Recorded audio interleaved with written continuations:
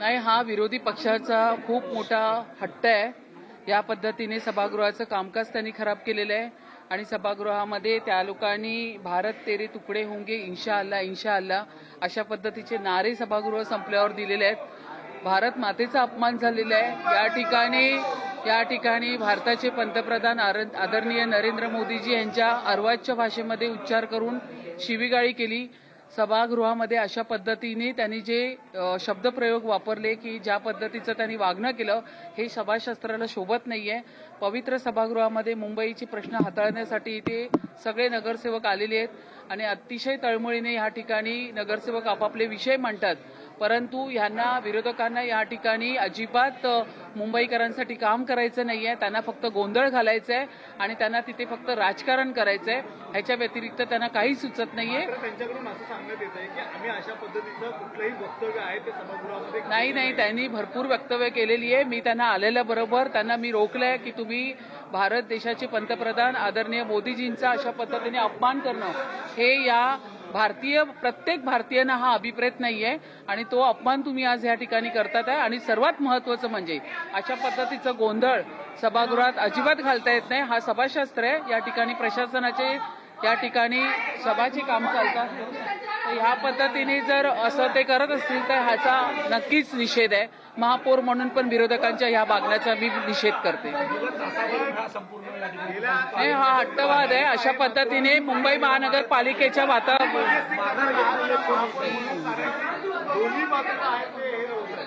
त्यांना जर ह्या ठिकाणी जाण्याचा अट्टहास काय, ज्या ठिकाणी ते उभे आहेत त्या ठिकाणी शिड्या आहेत खाली जाण्यासाठी, तिथून त्याने निघून जावं. पण ह्या पद्धतीने सभागृहाच्या आतमध्ये गोंधळ घातला, सभागृहाच्या बाहेर गोंधळ घातला. महापौर म्हणून मी त्यांचा हा गोंधळ इथे खपवून घेणार नाही. त्यामुळे मी त्यांना पोलिसांना पण सांगते की त्यांना तिथून जाऊ दे. इकडचे पण सगळे नगरसेवक इथून उतरतील. पोलीस प्रशासनाला ती लोक ऐकत नाहीये ह्याचा अर्थ तुमच्या लक्षात आलंय का? त्या लोकांना अजूनही विरोधी ह्याच्या भावनेतून ते अजूनही बाहेर पडताना अजूनही असंच वाटतंय की आम्ही काय सत्तेत आहोत काय, या भावनेमध्येच ते आता त्या ठिकाणी आहेत आणि गोंधळ घालण्याचं. आता तुम्ही विचार करा, या ठिकाणी लॉ अँड ऑर्डर पोलीस सुद्धा आलेले आहेत तरी सुद्धा त्यांना ते ऐकत नाहीये. म्हणजे त्यांना नक्की करायचं काय आहे? मुंबईच्या लोकांचं कामकाज करण्याची अजिबात त्यांना इच्छाशक्ती नाहीये. ते आता ह्या उद्धव बाळासाहेब ठाकरे पक्षाचे आणि काँग्रेसची लोक ह्या ठिकाणी कमी संख्येमध्ये विरोधी बाकावर बसले आहेत. ते पॅनिक मोडमध्ये आहेत. त्यांना सुचत नाही काय करायचंय. त्यांना मुंबईच्या कामकाजासाठी काही रस राहिलेला नाही. त्यांना सभागृहात येऊन सभात गोंधळ घालायचंय हेच त्यांना काम राहिलेलं आहे. नाही, विद्यार्थ्यांच्या प्रश्नासाठी मोदी सरकार सक्षम आहे, संवेदनशील आहे आणि 100% विद्यार्थ्यांच्या प्रश्नांवरती मोदी सरकार त्या ठिकाणी चांगले निर्णय घेणार. विद्यार्थी यांना केंद्रबिंदू ठेवून मोदी सरकार अतिशय चांगलं सक्षमपणे काम करते आणि हे तिकडे काम चालू आहे. तर या ठिकाणी सभागृहात गोंधळ घालणं हे काही योग्य नाही. 26 तारखेला ठाकरे बंधू आंदोलन करणार आहेत. आता लक्षात घ्या, नीट परीक्षेच्या माध्यमातून हे आंदोलन उभं राहिलं होतं, पण इथे सर्व पक्षीय राजकीय आपली पोळी भाजून घेतात आहे आणि या ठिकाणी एक चांगलं ते आंदोलन मुलांसाठी छेडलं होतं. त्याला अतिशय चुकीचं स्वरूप हे सगळ्या राजकीय पक्षांनी त्याच्यामध्ये उडी मारून घेतलेलं आहे. तर मला असं वाटतं सोनम वांगचुक एक चांगले समाजसेवक आहेत, तर त्यांनी जर या ठिकाणी नीटच्या विद्यार्थ्यांसाठी हा जो त्यांनी आंदोलन छेडलं होतं ह्याच्यावरती अतिशय सकारात्मक मोदी सरकार त्यांच्याबरोबर बसून सगळे विचार विनिमय करणार आणि नीटच्या मुलांना नक्कीच त्या ठिकाणी प्राधान्य देणार आणि त्यांना पुढे जाण्याचा चांगला मार्ग देणार. भारत तोडीच्या घोषणा दिलेल्या असं तुम्ही सांगताय, त्या नगरसेवकांवर तुम्ही काही कारवाई करणार आहात? आता भारत तोडो इंशाअल्लाह बोलणाऱ्यांचा उभाटा सुद्धा मांडीला मांडी लावून बसलेत. हे योग्य आहे का?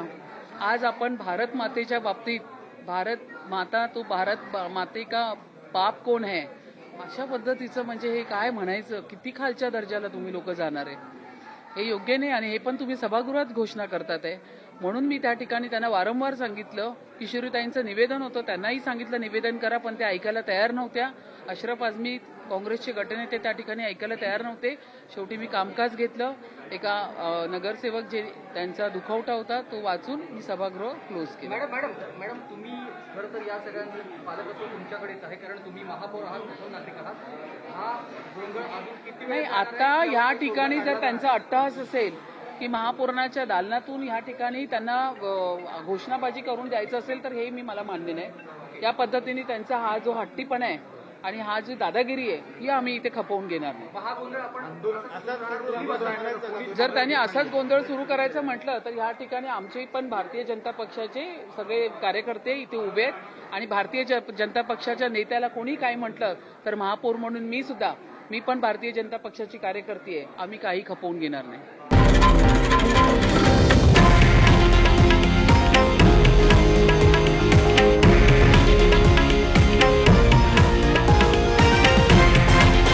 हे आहे देशातील नंबर 1 न्यूज नेटवर्क आणि आपण पाहत आहात TV9 मराठी, एकमेव.